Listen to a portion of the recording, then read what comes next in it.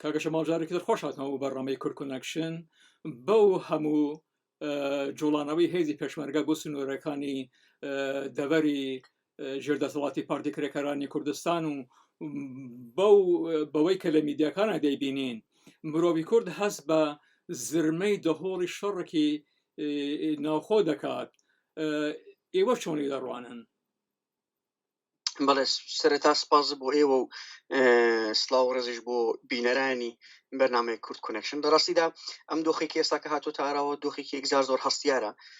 تەنها پێویستە ڕایگشتی کوردستان لایەنە سیاسەکان ئەمە تەنها وەکو ئاست قۆناغێک لە تەنها گرژی ڕاگەیاندن و لێدوانی توند دەرخستنی چەند لایەنێک لە بەرامبەرێکترا نەبینن، بەڵکو پێویستە هەموو لایەک ئەمە ببینن کە ڕۆژ بە ڕۆژ مەترسی شەڕێکی نوێی ناوخۆیی کە دەتوانێت لە کۆنتترۆل دەربچێ و زۆر دەرەنجامی نەرێنی لەسەر دۆزی ڕەوای پرسی کورد لە ئاستی ڕۆژهەڵاتی ناوەڕاست و تەنانەت ئەو ستاتوەیە کە ئەمڕۆکانە لە باشووری کوردستاندا هەیە بێنێتە ئاراوە.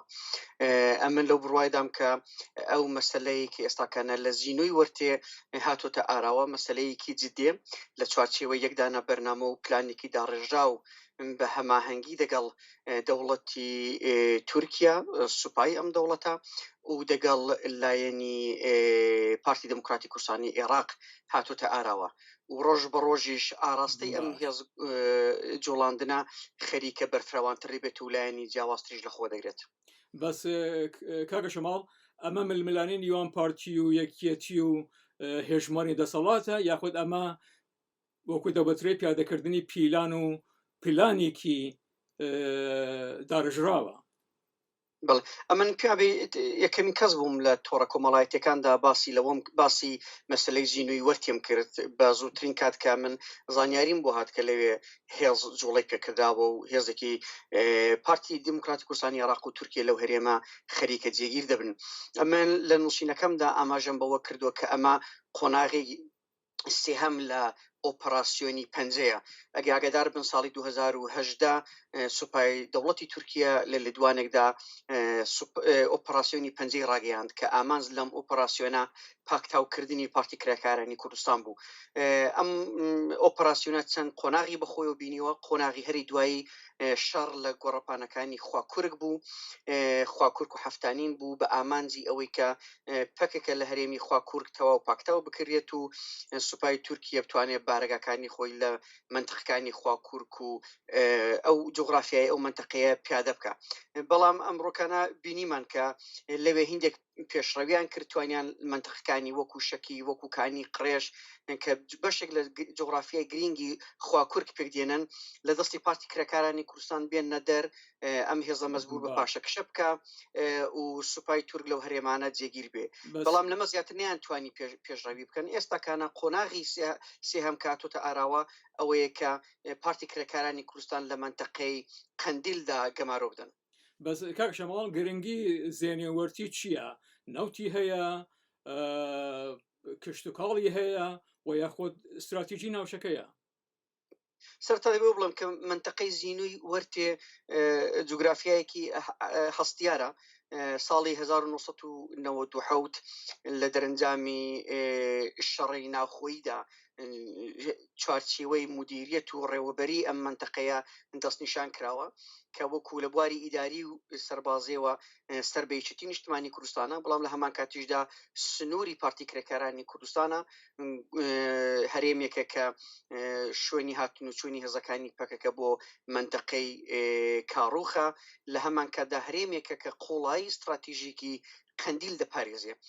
بۆ پاراستنی جغرافیایەکی بەفرەوانی وەکو قەندیل پێویستە لە چوارچێوەی دەوروبەرەکەیەوە ئەم گۆڕەپانە پاراستنەکەی دابین بکردرێ. لە هەمان کاتدا منتەقەیەکی استراتیژیکە بۆ ئەوەی کە پەکەکە بتوانێت لەو گۆڕەپانەدا کاروخەباتی نیزامی لەشکری سیاسی تەنانەت ئابووری خۆی ڕێخستن بکە. لەو بوارانەدا لە هەمان کاتدا بۆ یەکێتی نیشتمانی کوردستان گرینگە چونکە نێم جغرافیایەکە گەبێت و لەوێ پارتی دموکرات کوردستان بێت دەسەڵاتدار بێ سەیتەرەی ئەو منتەقەی ڕانیە منتەقەی پشت دەکەوێتە دەستی پارتی دموکراتی کوردستانی عێراق لە ئەگەری هاتنە ئاراوی هەر شەڕێکدا مەسلەی زیینی وەرتێ دەتوانێت کاریگەری هەبێ بۆ دەستنیشانکردنی ئەمنیەتی قوڵای استراتیژیکی هەم جغرافیای ژێردەسەڵاتیەکی نیشتمانی کوردستان هەم بۆ جغرافیای ژێردەسەڵاتی پارتی کرێکارانی کوردستان لە هەرێمەکانی بناری قندیل. بەس کاکە شەماڵ تا چەند ئەمە بە ململانی نیوان تورکیە و ئیران و لەوانەیەشە زلهێزەکان گرێدرابی کە لەم ناوەدا خەریکە کورد بەسەر کووردا دەشکیە.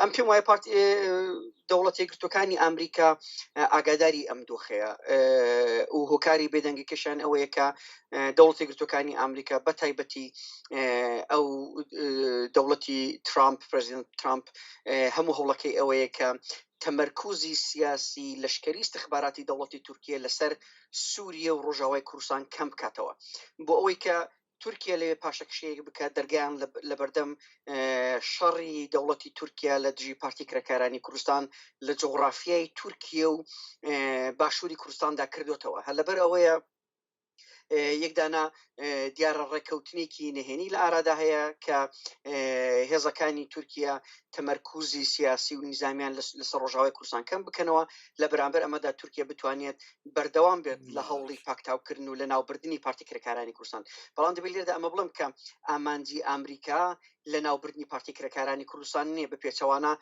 ئەمریکا پێویستی بە پەکەکەیەکی لاواز و تورکیەکی لاوازە چەندە ئەم دوو دەوڵەتە ئەم دوو هێزە لە شەڕ لە یەکتردا بن و لاوازتر بن دەتوانرێت کە ئەو بارودۆخی ڕۆژهەڵاتی ناوەڕاست بەگشتی و بە تایبەتی مەسەلەی سووریا زیاتر کۆنتترۆل بکردرێت. شەماڵە بەشیری لێکۆڵەر و چاودێری کاروباری ڕامیاری زۆر سپاس. باز بۆیەوەش.